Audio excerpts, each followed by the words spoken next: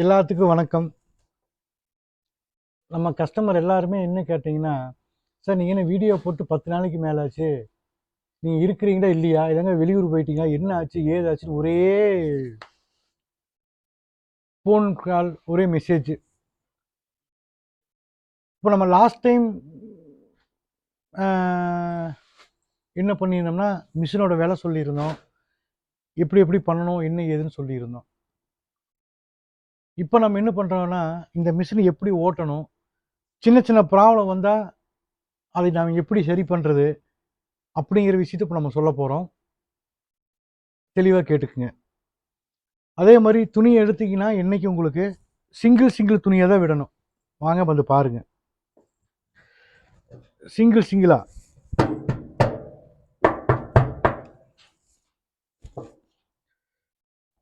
ஒரு துணியை தான் நம்ம விடணும்.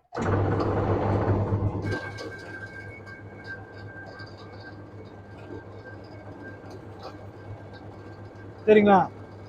இந்த மாதிரி நம்ம ஒவ்வொன்றா தான் விடணும். இதை வந்து நமக்கு வந்து ஒன்றுக்கு மேலே ஒன்று விடக்கூடாது. அது வந்து வேஸ்ட்டாக போயிடும், டஸ்ட் வரும். நம்ம வந்து நல்லா பழகிட்டோம், நம்ம ஓடுறதுக்கு வந்து நமக்கு நல்லா கை செட் ஆயிருச்சு, ஸ்பீடு வரும்போது 2 துணி எடுத்துக்குங்க. இந்த மாதிரி பக்கத்தில் 2 துணி எடுத்து விடுங்க.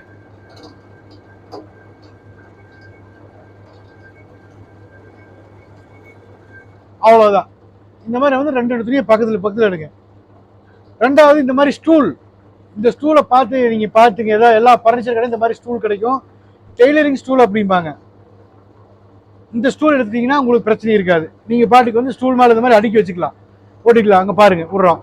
இப்போ இந்த துணி வந்து இந்த லைன் தெரியும், நமக்கு லைன் தெரியுற மாதிரி தான் விடணும். இழுத்தா ஃப்ரீயாக வரணும். விடுறோம் பாருங்க, நூலா போகுது. இதே வந்து இந்த துணியை குறுக்க விடுறோம்னு வச்சுக்கோங்க, இப்படி விடுறதுக்கு பதிலாக இப்படி விடக்கூடாது. அப்படி விட்டு எப்படி போகும் நல்லா பாருங்க. டஸ்ட், சரிங்களா? இப்படி ஓட்டினா வந்து டஸ்ட் ஆயிரும், நம்ம ஓட்டுறது எல்லாமே வந்து வேஸ்டா போயிடும். ஸோ வந்து நம்ம அப்படி ஓட்டக்கூடாது. நம்ம வந்து கரெக்டா நீடி லைன் பார்த்து அந்த மாதிரி தான் ஓட்டணும். அப்படி நம்ம ஓட்டினோம்னா எத்தனை ஓட்டினாலும் நமக்கு வந்து வேஸ்டேஜ் ஆயிரும். அந்த மாதிரி நீங்க ஓட்டாம கரெக்டா ஓட்டினீங்கன்னா போதும். ரெண்டாவது இன்னொரு விஷயம் என்னன்னா, இப்போ நூல் வந்து பாத்தீங்கன்னா ட்ரம்ல இருந்து வெளியே போகாம இருக்கும். அதை நான் எப்படி சரி பண்ணணும்னு சொல்லிடுறேன். இப்போ ஓட்டுறீங்க,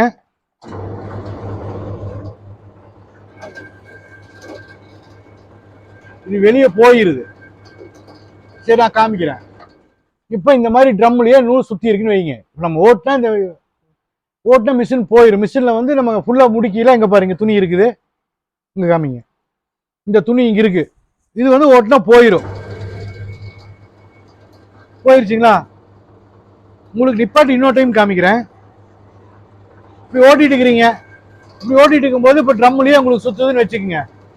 ட்ரம்லயே சுத்துதுன்னா நம்ம என்ன பண்ணிடணும், மிஷின் ஆஃப் பண்ணி இதுல இருக்கிற நூலை பூரா எடுத்துட்டு, இந்த நட் இருக்குது பாருங்க, இந்த போல்டு, இந்த போல்டு கீழே செக் நட் இருக்கும். இங்க பாருங்க, இந்த போல்டு கீழே செக் நட் இருக்கும். இந்த செக் நட்டை லூஸ் பண்ணிக்கங்க. இப்படி லூஸ் பண்ணிட்டு இதை வந்து டைட் பண்ணுங்க. ஒரு அரை மரை, ரொம்ப வைக்கக்கூடாது. ரொம்ப வச்சிங்கன்னா உங்களுக்கு வந்து லப்பர் ரோலர் ஹீட் ஆகி உங்களுக்கு அது போயிடும். அது போயிடுச்சுன்னா 1500 வந்துடும் உங்களுக்கு.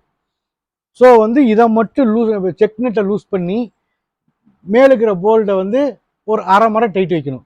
அரை மரை டைட் வச்சா இந்த நூல் வந்து ஈஸியாக ரிலீஸ் ஆயிரும்.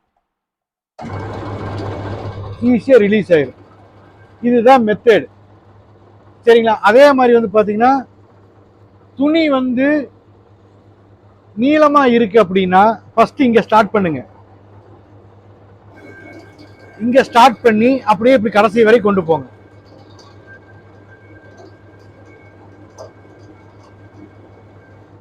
கடைசி வரைக்கும் நீங்க கொண்டு போனீங்கன்னா மட்டும்தான் இந்த ட்ரம்மோட தேய்மானம் பார்த்தீங்கன்னா ஒரே லெவலா போகும். இல்லை அப்படின்னா ஒரு சைடே நீங்க விட்டுட்டு இருந்தீங்கன்னா அந்த ஒரு சைடு தேஞ்சுக்கும், இந்த சைடு வந்து தேயாது, மேடு பள்ளமா இருக்கும். ஒரு சைடு எல்லாமே போச்சு அப்படின்னா இன்னொரு சைடு வந்து இதாயிரும். ஸோ நீங்க வந்து சென்ட்ரலையும் ஓட்டக்கூடாது, 2 ஓரத்துலையும் ஓட்டக்கூடாது. இந்த பக்கம் ஆரம்பிச்சு இப்படியே போகணும். அப்படி ஓட்டினீங்கன்னா மிஷினுக்கு லைஃப் இருக்கும், லைஃப்ல அங்கே வந்து மிஷின் உழைக்கும். ரெண்டாவது ட்ரம்மில் இருந்தால் வெளியே போயிடுச்சு, ஓகே. ரெண்டாவது இன்னொரு விஷயம் என்னன்னா, துணி வந்து துணியா போகுதுன்னு சில கம்ப்ளைண்ட் வரும், சரிங்களா? அப்போ அந்த துணியா போற கம்ப்ளைண்ட் வரும்போது நீங்க என்ன பண்ணணும்னா, இந்த செக் நெட்டை இதை லூஸ் பண்ணுங்க. இந்த செக் நெட்டை லூஸ் பண்ணி இந்த போல்ட்டை ஒரு அரை மரம் டைட் வைங்க, அவ்வளவுதான். எந்த பக்கம் துணியா போகுதோ அந்த பக்கம் நீங்க டைட் வைங்க. ரொம்ப டைட் வச்சிடாதீங்க, அளவா டைட் வைங்க. அப்படி நீங்க அளவா டைட் வச்சீங்கன்னா மட்டுமே தான் அந்த நூலா துணியா போகாம நூலா போகும். இது ஏன் ஆகுது அப்படின்னு கேட்டீங்கன்னா, நம்ம மிஷினை ரன் பண்ணிட்டே இருப்போம். அந்த மிஷின் ரன் பண்ணும்போது வைப்ரேஷன் ஆகும். அந்த வைப்ரேஷன் ஆகும்போது உள்ளுக்குள்ள ஸ்பேர் பார்ட்ஸ் நட்டு பூரா வந்து லூஸ் ஆகிறதுக்கு வாய்ப்பு இருக்கு. எல்லாமே ஆடும், சரிங்களா? அப்படி உங்களுக்கு லூஸ் ஆகும்போது இந்த மாதிரி சின்ன சின்ன ப்ராப்ளங்கள் வரும். அதை தான் நீங்க வந்து சரி பண்ணிட்டா போதும், வேற ஒன்றும் வேண்டியதில்லை. அது எப்படி சரி பண்றதுன்னு தெரியாம தான் சில பேர் என்ன பண்றாங்கன்னா, அதை பண்ணவும் இதை பண்ணவும் கழட்டவும் மாட்டவும் ஏகப்பட்ட ரிஸ்க் ஆயிருது. ரெண்டாவது இன்னொரு விஷயம் என்னன்னா, நிறைய பேர் வந்து ஓட்டுறீங்க, அதுக்கப்புறம் காலையில் மறுபடியும் ஓட்டுறீங்க. முதல் மிஷினை சுத்தம் பண்ணணும். நல்லா பாருங்க, இந்த மிஷின் வந்து நான் இதுக்காக தான் நான் உங்கள்கிட்ட வந்து இது நான் சுத்தம் பண்ணாதீங்க காமிக்கணும்னு சொல்லியிருந்தேன். காமிக்கிறேன் பாருங்க. இந்த மிஷினில் என்ன அப்படின்னா, நம்ம ஓட்டும் போது கவனிக்க வேண்டிய விஷயம் வந்து நிறைய இருக்கு. நம்ம வந்து மிஷின் ஓட்டுறோம் நூலா வருதுங்கெல்லாம் கிடையாது. நல்லா பார்த்துக்குங்க, இந்த இடத்துல நூல் இருக்கு, தெரியுதான்னு பாருங்க. இந்த இடத்துல நூல் இருக்கு, இந்த நூல் வந்து இருக்கக்கூடாது. இது நம்ம எடுத்துடணும். ஒரே நிமிஷம் இருங்க.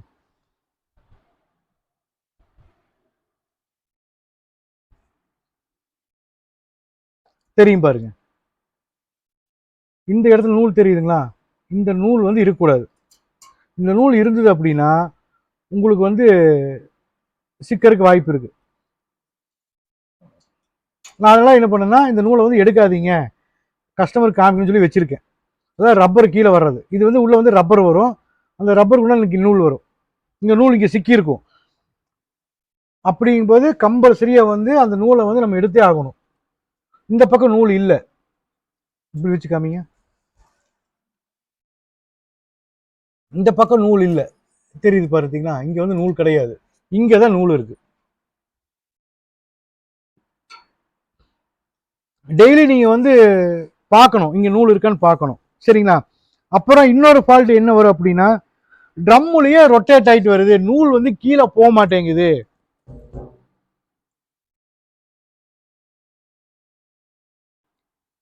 ட்ரம்முலயே வந்து சுத்திட்டே இருக்கு, நூல் வந்து கீழே போக மாட்டேங்குது அப்படிங்கிற கம்ப்ளைண்ட் இருக்குதுங்க, சரிங்களா? நமக்கு வந்து அப்படி அந்த கம்ப்ளைண்ட் வரும்போது அதுக்கு என்ன காரணம்னு கேட்டீங்கன்னா, வாங்க காமிக்கிறேன். மெயின் வந்து பாத்தீங்கன்னா, நம்ம நூல் வந்து ஓட்டுறோம், துணியை வந்து இப்போ விடுறோம், துணியை விடும்போது நல்லா விளக்கம் செய்முறையோட காமிக்கிற பாத்துக்குங்க. இப்ப துணி வந்து விடுறோம், மிஷின்ல விடுறோம், இந்த பக்கம் வாங்க, மிஷின்ல விடுறோம், நூல் பிரிஞ்சு இப்படித்தான் விழுகும், இப்படித்தான் விழுகும், சரிங்களா? இப்படி விழுவும், இப்படி விழுவும். இதே வந்து இந்த பக்கம் நம்ம எக்ஸ்ட்ரா ஸ்பேன் கொடுத்துருக்கோம், இப்படி விழுகும் போது என்னன்னா திரும்ப திரும்ப ரொட்டேட் ஆகிட்டே இருக்கும். இங்க பாருங்க, திரும்ப திரும்ப ரொட்டேட் ஆகிட்டே இருக்கும். ஸோ நம்ம இப்படி விடும்போதும் திரும்ப திரும்ப ரொட்டேட் ஆகுச்சு அப்படின்னா ஒட்டி போகுது, இந்த நூல் வந்து கீழே ஒட்டி போகும்போது அதுல மறுபடியும் ட்ரம்மில் மட்டும் ரொட்டேட் ஆகும். இந்த ஃபேன் ஓடிச்சு அப்படின்னா இந்த நூல் இப்படி வர்றத இப்படி இழுத்து கொடுத்துரும், சரிங்களா? இப்படி இழுத்து கொடுக்கும். அந்த ஃபேன் ஓடுறதுக்கு வந்து நம்ம இந்த இடத்துல வந்து ஸ்டோரேஜ் ஆகுது பாத்தீங்களா? இந்த ஸ்டோரேஜ் ஆகிற இடத்துல ஃபுல்லா இருக்கக்கூடாது. இங்க பாருங்க, இதுல வந்து ஃபுல்லா இருக்கு, இந்த மாதிரி ஃபுல்லா ஆகக்கூடாது. நம்ம என்ன பண்ணணும்னா எடுத்துடணும். நீங்க இது ஃபுல்லா எடுத்தோம்னா தான் இந்த ஃபேன் வந்து ரிலீஸ் ஆயிடும். இந்த ஃபேன் வந்து ஈஸியா காத்து இழுக்கும். கீழே குமிஞ்சு பாருங்க தெரியும், அதாவது அப்பதான் வந்து இந்த ஃபேன் வந்து ஈஸியா வந்து காத்தை இழுக்கும் போது இந்த நூல் வந்து ஃப்ரீயா வெளியே விழுகும். இங்க பாருங்க, 3 கிலோ 4 கிலோ 1 மணி நேரத்துக்கு வர ஓட்டுறதை வந்து இவ்வளவு வச்சிருக்க கூடாது. இது நான் வந்து ஏன் நீயே சொல்லிட்டு இப்படி நீ வச்சிருக்கலாமான்னு கேக்குறீங்க. கேட்கலாம். நான் உங்களுக்கு அந்த வீடியோவை காமிக்கிறதுக்கோசரம் தான் நான் இது வந்து நான் வச்சிருக்கேன். புரியுதுங்களா? இல்லைன்னா நான் எடுத்திருப்பேன். இவ்வளவு நூல் நம்ம வைக்க கூடாது.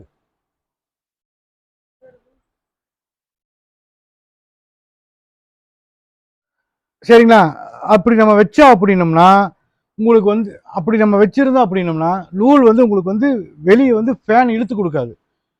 ஃபேன் காத்து வர்றதுக்கு வந்து நம்ம வந்து கேப் விடணும். அப்படி கேப் விட்டா மட்டுமே தான் அந்த ஃபேனோட காத்து வந்து வெளியே இழுக்கும். சரிங்களா? அப்படி வெளியே இழுக்கும் போது தான் வந்து கீழே விழுகும் போது உங்களுக்கு ட்ரம்ல சுத்தாது. சரிங்களா? அப்புறம் இன்னொரு விஷயம் என்னன்னா, நம்ம வந்து ஃபேனுக்கு வந்து வலை கொடுத்துட்றோம். ஒரு நெட்டு கொடுத்துட்றோம்.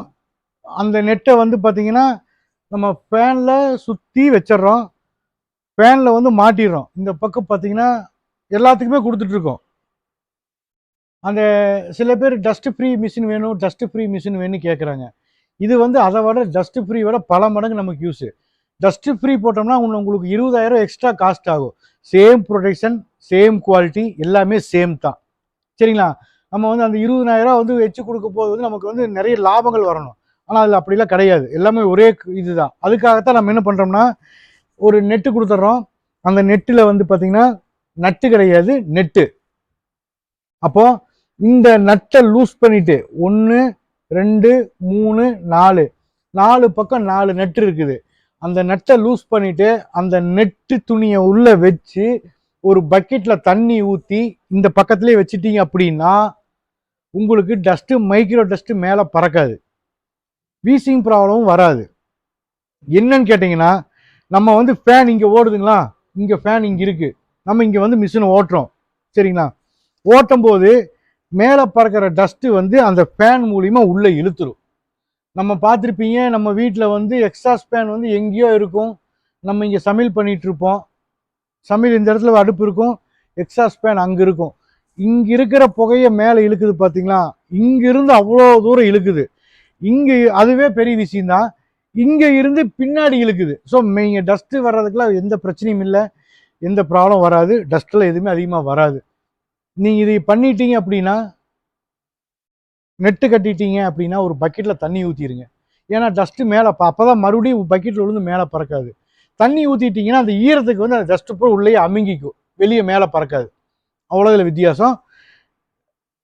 இதில் வர மேலே டஸ்ட்டு வராது. ஸோ நீங்கள் வந்து ஓப்பன் பண்ணியே ஓட்டிக்கலாம், மேலே டஸ்ட்டு வராது. சில பேர் சென்சார் மாட்டி கொடுக்குன்னு கேட்குறாங்க.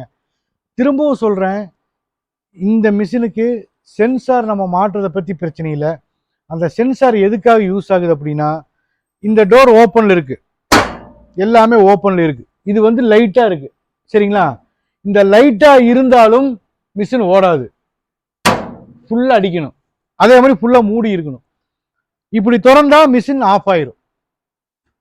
சரிங்களா? அதே மாதிரி இது லைட்டாக திறந்தாலும் மிஷின் ஆஃப் ஆயிரும். நம்ம வந்து எல்லாமே வந்து பெரியவங்க வயசானவங்க எல்லாமே ஹேண்டில் பண்ண மாதிரியே வச்சுருக்கோம். ஸோ வந்து ஏதோ ஒரு சென்சாரில் ஏதோ ஒரு ப்ராப்ளம் அப்படின்னா மிஷின் நீங்கள் ஓட்ட முடியாது. அதுக்கு சர்வீஸ் வரணும், சர்வீஸ் இன்ஜினியர் வரணும். ஸோ நமக்கு அது தேவையே கிடையாது, சென்சாரே தேவை கிடையாது. நார்மலாக இருந்தால் போதும் நமக்கு. அந்த மாதிரி தான் வந்து நம்ம மிஷினை வந்து ப்ரொடெக்ஷன் பண்ணி நம்ம எல்லாமே பண்ணி வச்சுருக்கோம். சரிங்களா? அப்போ உங்களுக்கு சென்சாரும் தேவையில்லை. இது ஓப்பன் பண்ணி தான் வச்சு நம்ம சென்சார் இருந்தாலுமே நம்ம இது ஓப்பன் பண்ணி தான் ஓட்டணும். ஏன்னா அப்போ தான் வந்து நூல் சிக்குதா, நூல் எப்படி போகுது, நூல் அரைச்சி போகுதா, எப்படி போகுது, எல்லாமே வந்து நம்ம ஓப்பன் பண்ணி வைக்கும் போதே தெரியும். சில பேர் என்ன பண்றாங்க அப்படின்னா சென்சார் இருந்தாதான் பெஸ்ட்னு நினைக்கிறாங்க. அதெல்லாம் தவறு. நம்ம ஓப்பன் பண்ணாம ஓட்டணும்னா உள்ள என்ன நடக்குது, என்ன பண்றது தெரியாது. அதே மாதிரி என்ன குறுக்க துணி எப்படி வேணா விட்டுறாங்க சில பேர். மிஷின் தானே, துணி எப்படி விட்டாலும் நூலா போகும்னு நினைச்சுக்கிறாங்க. அது கிடையாது. நேரா நீடி லைன் பார்த்து நேரா விட்டா மட்டுமே தான் அந்த நூல் வெளியே நூலா போகும், துணியை வந்து நூலா போகும். இல்லை அப்படின்னா அது அரைச்சிரும். சரிங்களா? அதை அரைச்சிருச்சு அப்படின்னா யாருமே ஒண்ணுமே பண்ண முடியாது. உங்களுக்கும் இல்லை, எனக்கும் இல்லை. வேஸ்ட் தான். அவ்வளவுதான் இதுல. உங்களுக்கு துணி ட்ரம்மில் சிக்கிச்சுன்னா எப்படின்னு சொல்லியாச்சு. நூலாக போகாமல் துணியாக போச்சுன்னா என்ன பண்ணுறதுன்னு சொல்லியாச்சு. அந்த ட்ரம்முலேயே ரொட்டேட் ஆகிக்குது அப்படிங்கிறதுக்கு அதுக்கும் இது சொல்லியாச்சு, விளக்கம் சொல்லியாச்சு. டஸ்ட்டு போய் வெளியே பறக்காமல் இருக்கிறதுக்கும் அதுக்கு என்னங்கிறத விளக்க சொல்லியாச்சு. இதுக்கு மேலே வந்து உங்களுக்கு என்ன டவுட்டு கேட்டாலும் மிஷினில் வேறு எந்த ஃபால்ட் வர்றதுக்கு வாய்ப்பு இல்லை. ஏதாவது வந்ததுன்னா நீங்கள் எனக்கு ஃபோன் பண்ணுங்கள். ஃபோன் பண்ணி நான் ஃபோன் எடுக்கலை, எனக்கு பிஸியாக போயிட்டுருக்கு அப்படின்னா 2 நம்பர் கொடுத்துருக்கேன், இன்னொரு நம்பர் கூப்பிடுங்க. அதுவும் பிஸி அப்படின்னா வாட்ஸ்அப் பண்ணிடுங்க, வாய்ஸ் மெசேஜ் போட்டு விட்ருங்க. நான் உங்களுக்கு எடுத்து பதிலை சொல்லிடுவேன். சரிங்களா? அதனால வந்து எதாவது டவுட் இருந்தாலும் நீங்கள் கூப்பிடுங்க.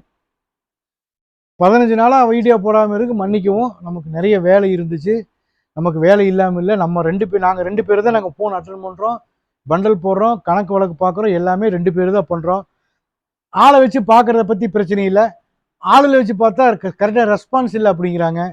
அதனால வந்து நாங்கள் யாரையும் ஆள் வைக்கிறது இல்லை. நாங்கள் 2 பேருமே பார்த்து 2 பேருமே பண்ணிகிட்ருக்கோம். நல்லா போயிட்டுருக்கு. ஸோ நீங்கள் வந்து கொஞ்சம் எங்களுக்கு கோஆப்ரேட் பண்ணுங்கள். சரிங்களா? நன்றி, வணக்கம்.